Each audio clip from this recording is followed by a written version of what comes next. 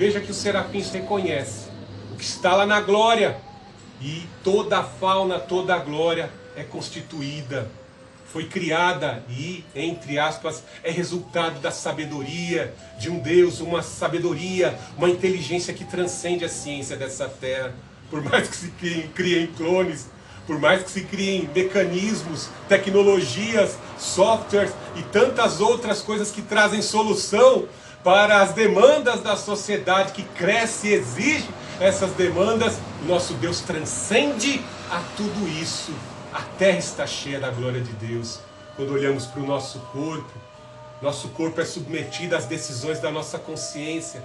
Quando tentamos pela mente compreender os nossos olhos, eu estou aqui nesse exato momento e consigo contemplar minha esposa ali com a Bíblia na mão e com a caneta escrevendo. Eu consigo focar com os meus olhos. Eu consigo focar com os meus olhos algo que está ali na rua. Como um cientista cria um smartphone ao qual você pode regular o foco da câmera do seu smartphone. O nosso Deus nos criou com uma consciência que determina sobre os nossos órgãos, sobre os nossos sentidos, sobre os nossos ouvidos, sobre as nossas mãos. O nosso Deus controla, Ele demonstra a sua sabedoria, a sua inteligência na criação do homem. E o homem é a coroa da criação. E o homem é tríplice, é corpo, alma e espírito, é a sua imagem e semelhança. Assim como o Trino Deus governa, se manifestou no Filho e no Espírito Santo, Consolador. Bem assim, o homem é corpo, alma e espírito, e soberanos para governar e dominar a criação. O homem é a coroa da criação, não os animais, não a fauna, nem a flora. O homem é soberano sobre a criação por determinação do Senhor. Veja no verso 6:4. E as bases das portas tremeram à voz do que clamava, e a casa encheu-se de fumaça. Veja a presença do Espírito do Altíssimo. O Espírito de Deus se manifestava como veio no Monte da Transfiguração, ali no Carmelo, no Monte Tabor, ou melhor dizendo. O Espírito se manifestou ali para os três, Pedro, Tiago e João, e da nuvem de glória que se manifestou diante do Senhor Jesus Cristo, pois as suas vestes se resplandeceram, ele ficou mais alvo, suas vestes ficaram limpíssimas, a sua natureza se transfigurou, ele se demonstrou ali para esses três discípulos mais íntimos, a glória da sua essência divina para aqueles três, para que todos soubessem que ele era o Messias, que ele era o Filho de Deus, e ele deveria ser adorado.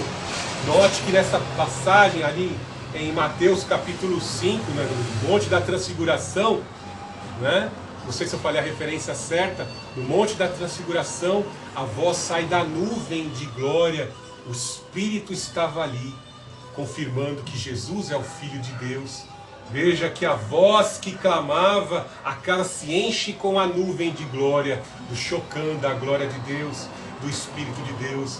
Esta é a mesma nuvem que protegeu o povo quando as tropas de Faraó, revoltados por tudo aquilo que Deus promoveu na terra do Egito, essa nuvem ali protege o povo e impede que Faraó com seus carros de guerra, com a sua infantaria, atinjam o povo de Deus. Se manifesta em nuvem, se manifesta em fogo, se manifesta em água, se manifesta em vento, para abrir o mar vermelho e o povo atravessar são e salvo. Veja a manifestação do Trino Deus em glória ali, isso tudo é manifestado para Isaías. Então veja no verso 5, então eu disse, ai de mim, estou perdido, porque sou homem de lábios impuros, e habito no meio de um povo de lábios impuros, e os meus olhos viram o Rei, o Senhor dos Exércitos. Ele olhou para cima e descreveu tudo o que estava ao redor. E ele olhou para si mesmo, e os seus sentidos, a sua consciência, vendo toda aquela santidade, ele viu como a minha natureza é pecaminosa, como eu sou pecaminoso, mesmo já tendo sido levantado como profeta, como porta-voz de Deus, eu preciso ser purificado. Eu sou impuro, tenho uma inclinação terrível para as coisas que são más, para o erro. Deus Santíssimo, como eu queria, como eu queria ser como aqueles serafins, bem próximos, e contemplar a glória e sentir a presença dessa glória. A carne não pode herdar a glória. Ele estava ali numa espécie de projeção espiritual, vendo todas essas maravilhas, e ele reconhece: meus lábios são impuros.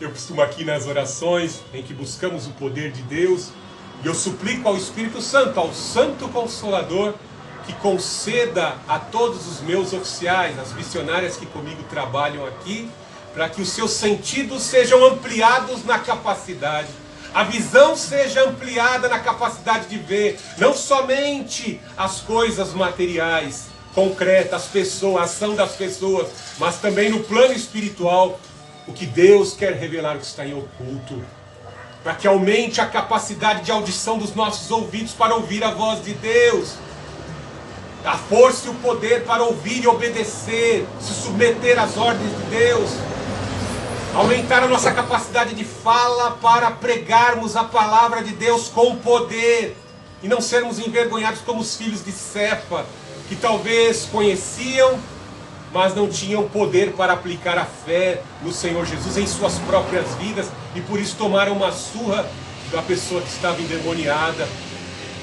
Termos ampliados a condição do nosso olfato, como Jacó disse: vocês me fizeram cheirar mal, fizeram a minha casa cheirar mal diante dos habitantes aqui de Siquém, dos cananeus, e minha família vai ser destruída.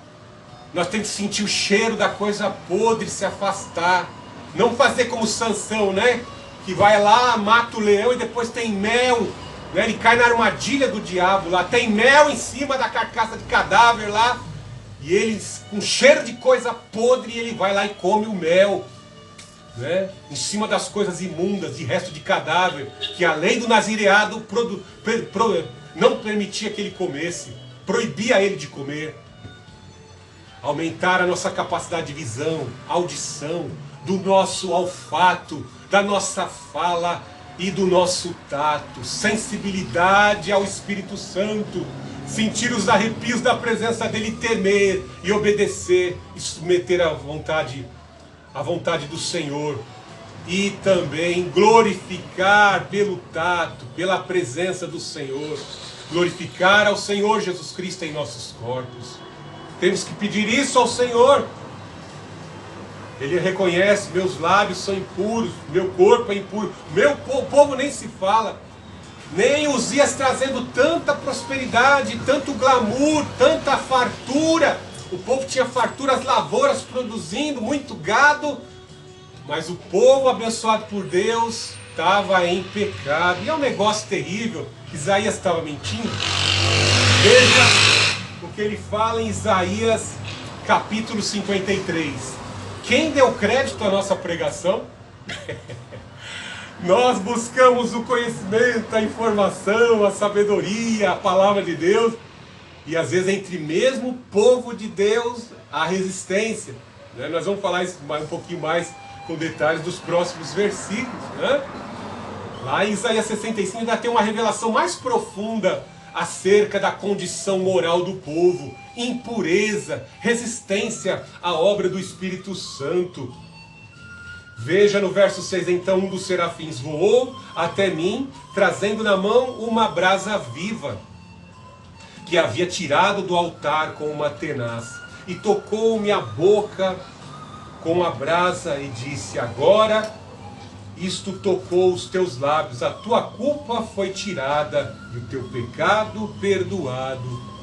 Note que antes dele ser comissionado para pregar, para ir e pregar o Evangelho, a palavra de Deus, entre os da sua época, desde a corte ou por onde quer que ele passasse, e através dos escritos que ele deixaria registrados nos seus 66 capítulos, houve uma necessidade de purificação da fala dele. Note que o anjo, o serafim, pega lá a brasa ardente do altar com a tenaz e vai direto na boca, porque a boca fala o que o coração está cheio.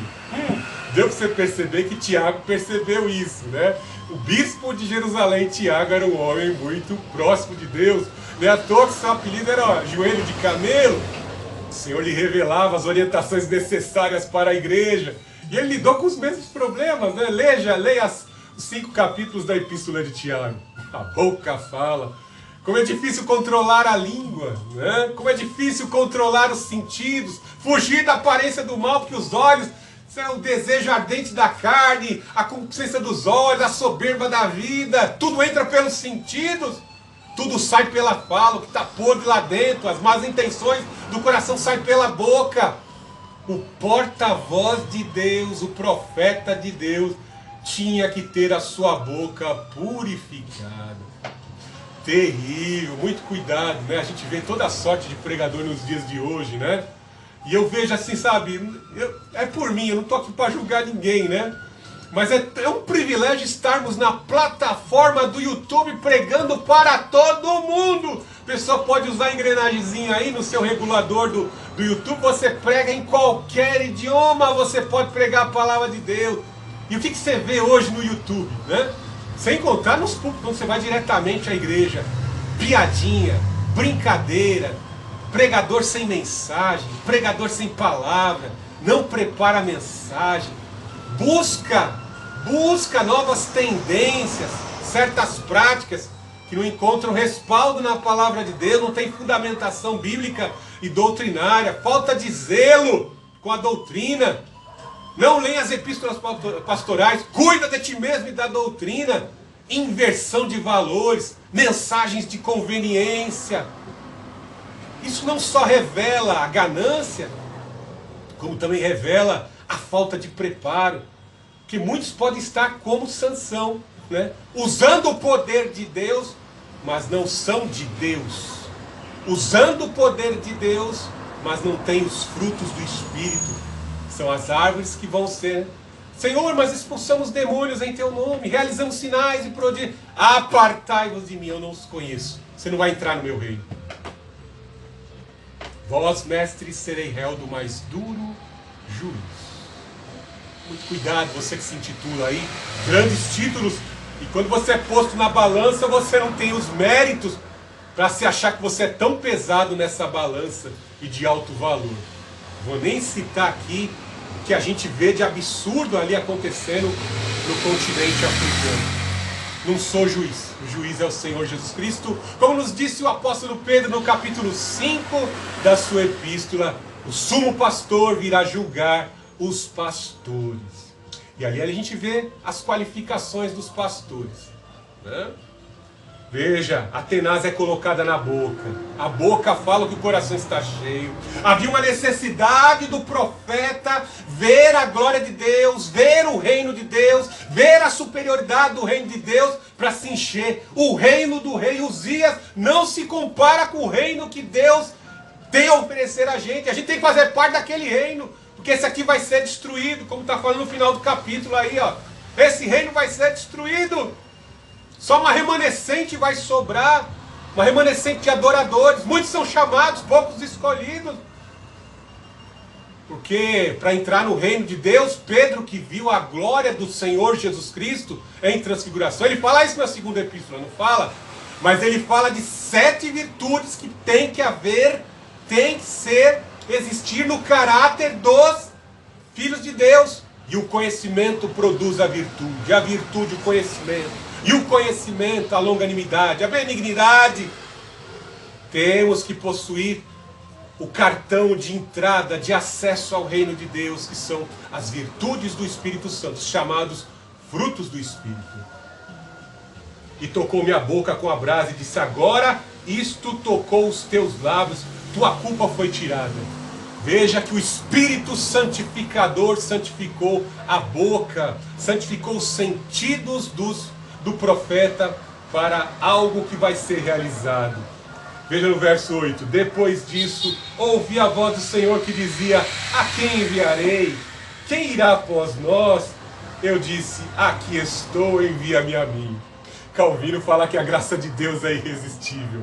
Se Deus te chama como Moisés, Ele atrai o Moisés para o monte Hermon.